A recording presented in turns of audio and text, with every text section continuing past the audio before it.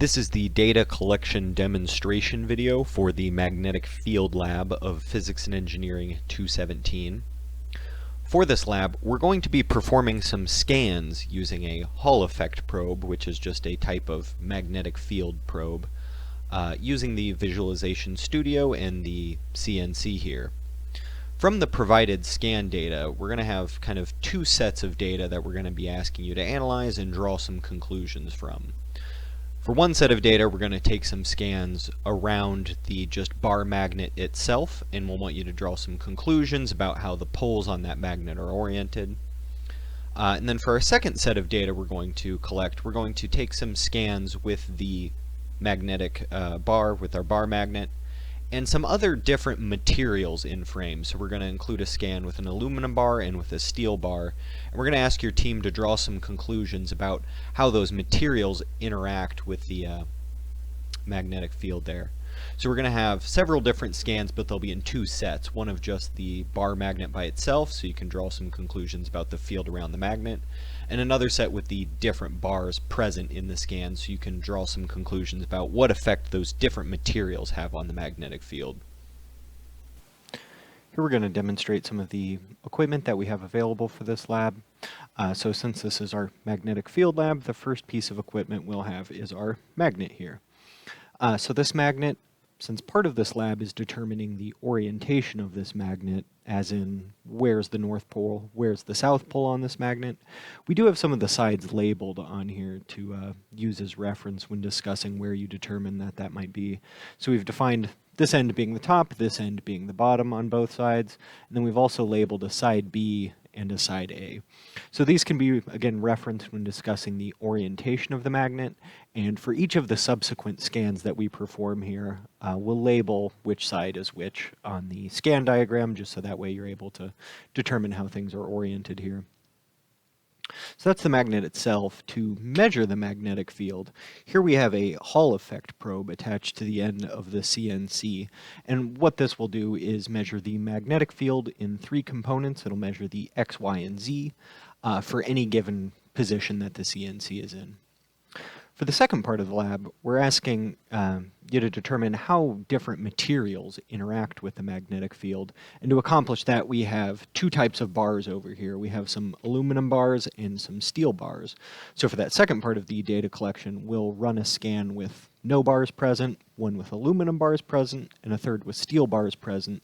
And those different scans can be compared to determine what effect those materials have on the magnetic field. So here we're going to show the data collection procedure for the first part of the lab, where we're looking to determine what the orientation of the magnetic field produced by our neodymium magnet is. So to start off, we'll list the contents of the example scanning directory here. And here we have this run magnet scan.py script, which is what we can use for the data collection here. So we'll copy this out to our home directory. Great, we see it successfully copied there. So now we can open up that script and take a look at some of the variables we have here. So we'll take a look in this program constants section. So this first one, file name, this is simply what the output from our scan will be called. So here we'll just call this example scan for the one we're going to perform here as a demonstration. This next block of variables that we can edit here are going to determine what type of plot our script will produce. So here we're going to leave plot 2D set to true. Plot 2D will produce a matplotlib quiver plot, which is exactly what we're going to want for this first set of scans we're performing here. So now we'll pop down to this next chunk of the program options here. And these next set should all be very familiar from the electric field lab. The software here is going to function in a very similar way, where the CNC is going to move to some grid of positions we've defined, take a measurement at each of those, then when all finished, save some CSV and plot out there. So this set we have here for X center and Y center, again, much like the electric field lab, is going to define the center of the region we're going to scan. So today here we'll try and define our center to be roughly here, the center of our air table. And so the way we can define that center region is going to be measuring from where our probe is currently located. So as a quick reminder for the CNC, the x-axis is in this direction, so kind of forward back away from the camera, and the CNC y-axis will be in this direction, our left-right here. So we can measure from where our probe starts to this center position with just our meter stick here, and we can put those values in the code. So if we measure in the X direction there, looks like we get about 380 millimeters. If we mark and we perform the same measurement in the Y direction, looks like we get something a bit larger, maybe about 480 millimeters. So now we can come over and update those values in the code here. So we'll define the X center, be 390, and our Y center, we'll say 480 here.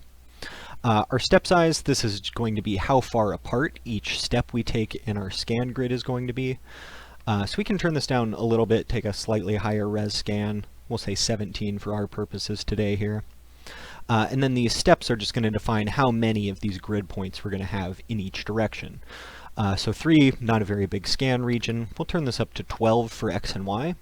And for the Z steps, we'll turn that down to 1. We're just going to take a single slice scan of the region just above the magnet here. So now that we have all this code updated, we can exit out, save our file, and now we're ready to perform a scan. So we'll take our magnet and we'll place it in the center point we've defined, and then we can start our scan up. So to launch the script, it'll be Python 3 and then the name of the script we want to run, which in our case again is run magnet scan. So when starting, the script will first home the CNC, and then it'll take some background measurements. This is just measuring Earth's magnetic field essentially, which it can then subtract out from the subsequent measurements. The scan will then proceed. CNC moves to its first scan location and takes these steps that we've defined by those program constants and variables that we just edited, and it'll proceed to step through all of those scan locations we've defined. Over on the terminal there, you can see the X, Y, and Z components of the magnetic field that it's measuring at each of these locations. And these are the values that are going to get saved out in our final CSV. That final CSV will contain the CNC position, both in X, Y, and Z components, and then the magnetic field that it was able to record at each of those locations. Again, the X, Y, and Z components for all of that. So we'll let our scan finish up here.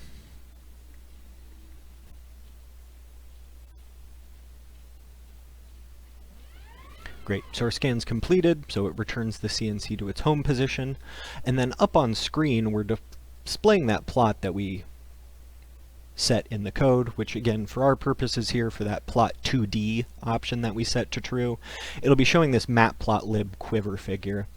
So we'll hit enter over back on our terminal here to close out the image and quit our script. Now if we take a list, we see two new files here. We have this example scan.csv and this example scanfield.png. So for the data collection of this first portion of the lab, where we're looking at the orientation of the magnetic field, what you'll have for each of the scans we perform here is the example scan CSV, or whatever we name the file. You'll have the CSV output from the scan. You'll have that matplotlib figure, that .png image, and we'll also include an image showing how that magnet is oriented with the sides A, B, top, bottom, all labeled there. So here we can take a look at the data collection for the second portion of the lab, where we're going to look at how these different metal materials interact with the magnetic field produced by our magnet here.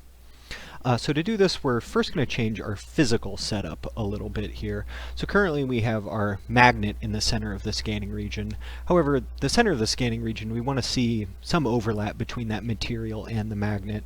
So we're going to move this magnet over a little bit. So for each of our scans, we'll have it a bit off-centered here. And while we're moving that, I'm going to mark the position, just so that way between each of these scans, we know that our magnet's in exactly the same position for each. So that way we're comparing apples to apples when we're looking at the different scans. And for each, we're going to keep the magnet oriented in the same fashion. So on the right hand side, we're going to have side A. On the left hand side, we'll have side B. Here will be the top, and here will be the bottom. So we're going to leave that magnet in the same orientation for each of these material scans, again, so we can compare like to like. And then over here, we will place our metal bars. For this first one, we're going to demonstrate as an example. We'll use the aluminum bars. However, the same type of scan we'll want to run with the aluminum, with the steel, and of course with no bar present as a control. So now we'll pop back over to the terminal and we'll open up our script and make a few modifications there. So we'll modify our file name. We'll just call it material example scan here. We can leave our plotting options the same. We can leave that center of the region the same since we just moved the magnet over to the left. But we can modify some of these parameters we have here. So for our step size, we'll turn that down a little bit from 18, we'll say down to 14, just so our grid points in our scan are denser and we'll be getting a bit higher resolution scan data. For these number of steps we'll be taking, the X steps we'll leave alone. However, we'll want to change those Y steps a bit higher.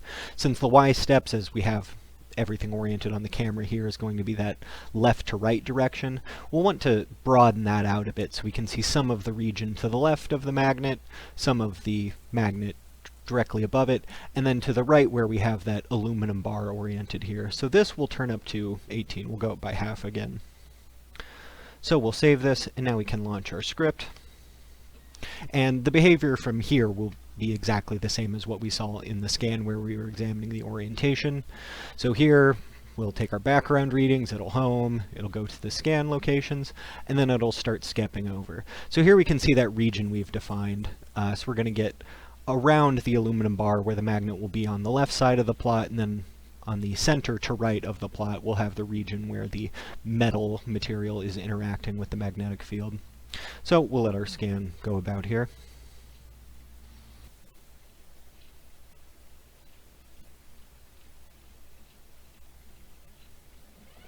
Great, so our scan's completed here. It's returned the CNC to the home position.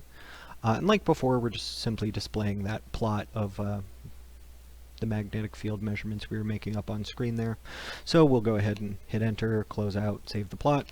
And if we take a list, we can get the same outputs we saw before. So we have our CSV of the different scan locations with the corresponding magnetic field measurements. Down here we have that vector plot that we generated, the MATLAB figure. So for each of these scans that we'll perform for our material setup here, you'll have these two files, as well as a third. We'll include a second plot where we'll take a picture with the tracking camera and draw the field lines directly on top of that picture. So we'll have all three of those in the sample data for each of the three configurations that we'll test for this part, where there's no bar, where there's an aluminum bar, and where there's the steel bar present.